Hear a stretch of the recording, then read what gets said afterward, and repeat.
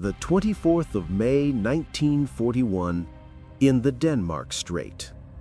Captain Ernst Lindemann didn't know the shell hurtling toward HMS Hood would change everything.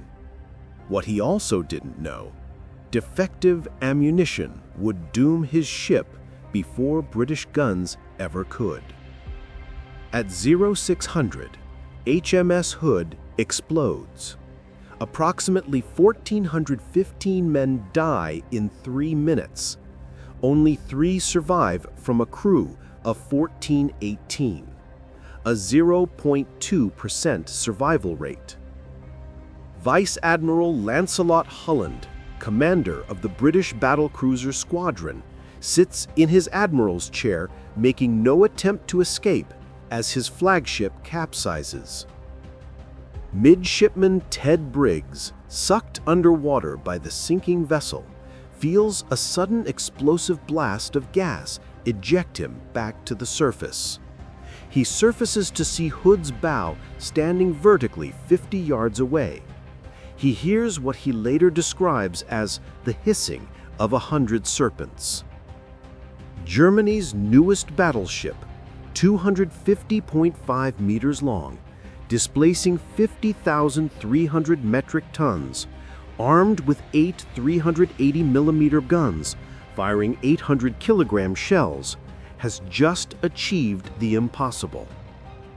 But Captain Lindemann wants more. He argues to his superior, Admiral Günther Lütjens, "Pursue HMS Prince of Wales, finish her. Bismarck has fired only 93 shells. The ship is dominant. The British are wounded." Lütjens refuses, orders the retreat to France. This decision will haunt every man aboard. Because at that exact moment, 3 of Bismarck's 15-inch shells have already struck Prince of Wales. 4 direct hits total, but only 1 exploded. 1 shell passes completely through the compass platform without detonating, killing nearly everyone but causing no structural damage. Another hits underwater without exploding. Prince of Wales remains operational, still fighting, still pursuing. Had those shells functioned properly, Prince of Wales would have joined Hood at the bottom of the Denmark Strait. No British battleship would shadow Bismarck across 1,750 nautical miles of Atlantic Ocean. No one would report her position. No torpedo bombers would find her. Instead, Prince of Wales fires back. 3 14-inch shells strike Bismarck's bow.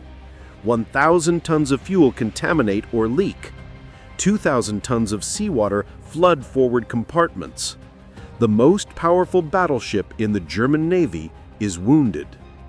The hunt begins. 3 hours earlier, before Hood exploded, a different confrontation had already sealed Bismarck's fate. 0552. British ships appear on the horizon. Shells begin falling around Bismarck. Admiral Lütjens refuses to give permission to return fire. Captain Lindemann watches enemy shells bracket his ship. He requests permission again. Lütjens refuses. The delay stretches. British guns find their range. Lindemann makes a decision that will define the battle and his legacy. "I will not let my ship be shot out from under my ass." He orders Bismarck to open fire on his own authority, directly defying his superior officer. This is the command conflict that haunts Operation Rheinübung from the beginning. 2 men, same ship, opposite visions. Lütjens, the cautious fleet commander who previously commanded cruiser operations, believes in strategic withdrawal. Lindemann, Bismarck's commanding officer, believes in aggressive engagement. The tension doesn't end with Hood's destruction. After the British battlecruiser sinks, Lindemann sees opportunity. Prince of Wales is damaged, vulnerable. Bismarck has used only 93 shells. The ship's magazines hold hundreds more. Finish the enemy. Eliminate the threat. Own the Denmark Strait. Lütjens orders the retreat to Saint-Nazaire, France for repairs. Lindemann's frustration is documented by survivors.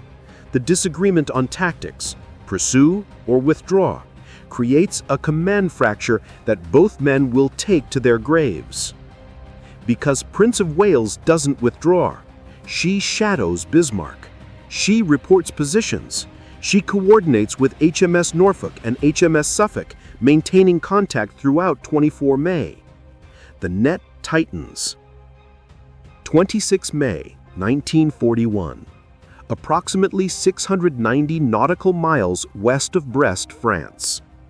A Catalina reconnaissance aircraft relocates Bismarck at 10:30. She's heading for France, running for repairs, still 400 nautical miles from safety. Admiral James Somerville's Force H launches from Gibraltar. HMS Ark Royal, the carrier providing air support, prepares its strike force. The weapon that will cripple Germany's most advanced battleship is a relic.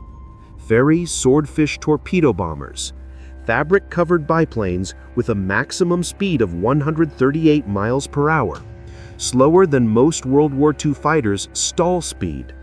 Technology from the 1930s facing a vessel designed to dominate the 1940s. At 9 p.m., Lieutenant Commander Eugene Esmonde leads 825 Naval Air Squadron toward Bismarck. The German anti-aircraft batteries open fire. 16 times 105 mm guns, 16 times 37 mm guns, 12 times 20 mm guns, a wall of flak designed to destroy modern aircraft approaching at altitude. But the Swordfish don't approach at altitude.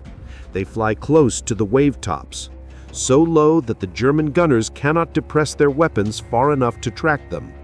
The advanced fire control systems, calibrated for fast, high-altitude threats, cannot lock onto targets moving barely above the ocean surface at walking speed. The fabric-covered biplanes, too obsolete to shoot down, press their attack. 2 to 3 torpedoes strike Bismarck. One hits the stern. The rudder jams at 12 degrees port.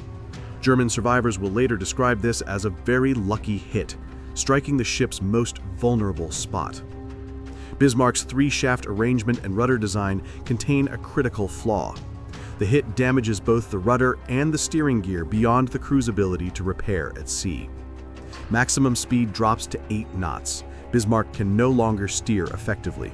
She can only circle, heading northwest, directly toward the pursuing British fleet. Away from France, away from safety, away from any hope of survival.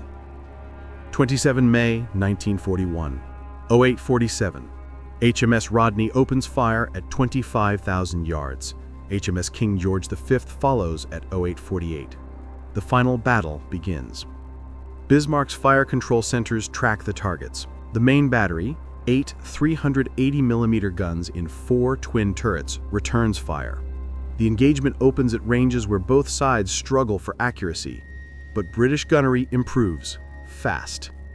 0902, 15 minutes into the battle, all of Bismarck's main turrets fall silent, disabled by direct hits. 300 to 400 shells are already striking the German battleship. The superstructure burns. Secondary batteries continue firing, but the ship's offensive capability is gone.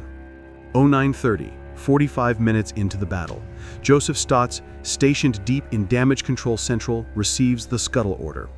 Special scuttle boxes, marked with a red V for Versenken, to sink, are positioned near the engine rooms.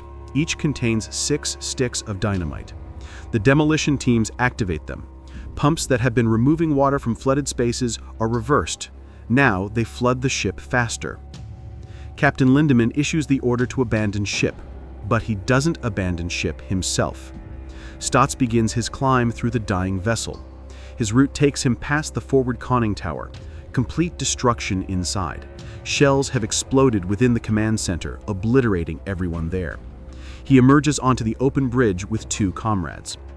British ships resume firing. HMS Dorsetshire 8-inch shells strike. Both of Stotts' companions die instantly from shell splinters. He sustains an 8-inch long wound to his shoulder, but survives. He will later describe the cruiser's fire in those final moments as very effective and horrifying. At 10:15, HMS Dorsetshire closes to torpedo range. 3 torpedoes strike. The debate over who sank Bismarck, British guns or German scuttling charges, will persist for decades. But Joseph Stotts knows the truth. Both. Bismarck capsizes. Among the approximately 2,200 men still aboard, witnesses report seeing Captain Lindemann at the forward flagmast. His combat messenger stands beside him. Lindemann tries to persuade the messenger to save himself, jump, swim, survive. The messenger refuses. He takes Lindemann's hand. Both men walk to the mast together. As the ship rolls to port, both stand at attention. Both salute. The messenger falls into the freezing Atlantic water. He survives. Captain Ernst Lindemann continues his salute, clinging to the flagmast, maintaining his position as the ocean rises to claim him. An alternative account from survivor Paul Hillen places 20 to 30 people at the bow in those final moments. Among them, a man with white hair, likely Lindemann, gathered crew members rather than abandoned them. Either way, the captain who defied his admiral at 05:52 on 24 May 1941, who wanted to pursue and destroy Prince of Wales, who believed in aggressive engagement, that captain refuses to leave his ship. At 10:39, Bismarck disappears beneath the surface. Coordinates 48 degrees 10 minutes north, 16 degrees 12 minutes west. Ocean depth 4,791 meters. The water temperature ensures hypothermia kills most survivors within hours. British ships attempt rescue. HMS Dorsetshire pulls 85 men from the water. HMS Maori rescues 25. German U-74 recovers 3. Weather ship Sachsen-Wald finds 2 more. Total survivors 115 to 116 men from a crew of 2,221. Survival rate approximately 5.2%. Among the survivors, Baron Burkard Baron von Müllenheim-Rechberg, 4th gunnery officer, the highest-ranking officer to escape. He will publish his memoir in 1990, providing the most detailed German account of Bismarck's final voyage. Among the dead, Admiral Günther Lütjens, Captain Ernst Lindemann, approximately 2,089 to 2,106 crew members. 24 May 1941, 0600, Denmark Strait. While Bismarck celebrates Hood's destruction, 3 men float in freezing water 300 nautical miles northwest of Iceland. Midshipman Ted Briggs, able seaman Bob Tilborn, ordinary signalman William Dundas. 3 survivors from 1418 crew, a 0.2% survival rate. Briggs recalls the moment Hood's magazine detonated, the explosion, the suction pulling him underwater as the battlecruiser capsized, the terrifying descent. Then, sudden, violent release, explosive gas from the dying ship blasting him back to the surface like a human cannonball. He surfaces to chaos, debris, oil, fire on the water. And silence. 1,415 men gone in 3 minutes. Commander John Warrant, the squadron's navigating officer, had seen young Briggs trying to escape moments before the end. Warrant stood aside, let Briggs exit first. That decision cost Warrant his life, but saved Briggs. Vice Admiral Holland sat in his admiral's chair, made no attempt to escape, went down with his flagship, dejected, defeated, dead. Now, 3 teenagers cling to rafts in sub-zero water. Hypothermia begins immediately. Briggs paddles between Tilburn and Dundas. He holds their hands, keeps them conscious, sings popular British songs. For 3 hours. HMS Electra finds them. All 3 survive. The contrast is absolute. HMS Hood, 1,418 crew, 3 survivors, sank in 3 minutes. Bismarck, 2,221 crew, 115 survivors. Battle duration, 1 hour, 52 minutes. HMS Prince of Wales, 13 killed, 9 wounded, survived Denmark Strait. Captain John Leach survives this battle, but will die later when Prince of Wales sinks in the Pacific. Total Operation Rheinübung casualties, approximately 3,550 lives lost across all vessels. HMS Mashona, a British destroyer, sunk by German aircraft on 28 May, 46 crew killed. The pursuit costs both sides, but only one side loses its most powerful battleship. December 1990, nearly 5 decades after Bismarck's sinking. Baron Burkard von Müllenheim-Rechberg, the highest-ranking survivor, 4th Gunnery Officer, publishes his memoir. He's carried the story for 49 years. The command conflicts, the defective shells, the rudder hit, the scuttling order, the captain's final salute. He titles it Battleship Bismarck, A Survivor's Story. The world finally hears from inside the dying ship. June 1989, 1 year before the memoir's publication, oceanographer Robert Ballard's expedition locates the wreck at coordinates 48 degrees 10 minutes north, 16 degrees 12 minutes west, depth 4,791 meters. The hull rests upright on the seafloor. The superstructure bears catastrophic damage, evidence of British shells and German scuttling charges working in terrible tandem. Ballard's photographs show the wreck's condition. The debate intensifies. Who actually sank Bismarck? The answer matters less than the question reveals, because both sides destroyed her. British gunnery disabled her offensive capability, shredded her superstructure, killed most of her crew. German demolition teams accelerated the inevitable by perhaps 15 to 30 minutes. The distinction exists only for pride. The outcome was identical. What matters more was the strategic miscalculation that doomed Operation Rheinübung before the first shell fired. Germany believed one powerful battleship could terrorize the Atlantic convoy system, force Britain to disperse its fleet, and shift naval superiority toward the Kriegsmarine. Britain proved that coordinated naval air operations, 40 warships, 300 aircraft sorties, submarine intelligence, radar tracking, and persistence across 1,750 nautical miles could destroy any surface vessel, regardless of armor thickness or gun caliber. The lesson wasn't lost on naval strategists. By 1945, aircraft carriers and submarines dominated naval warfare. The battleship, a symbol of national power for a century, became a relic. Expensive, vulnerable, obsolete. Bismarck represented the peak of battleship design. Her destruction represented the end of the battleship era. Ted Briggs, Hood survivor who spent 3 hours singing to keep his companions alive, lived until 2008, the last man who witnessed Hood's magazine detonation, the last survivor of the Denmark Strait battle. When he died, the living memory of Operation Rheinübung died with him. But the wreck remains, 4,791 meters down, a tomb for 2,089 men, and a monument to the moment naval warfare changed forever.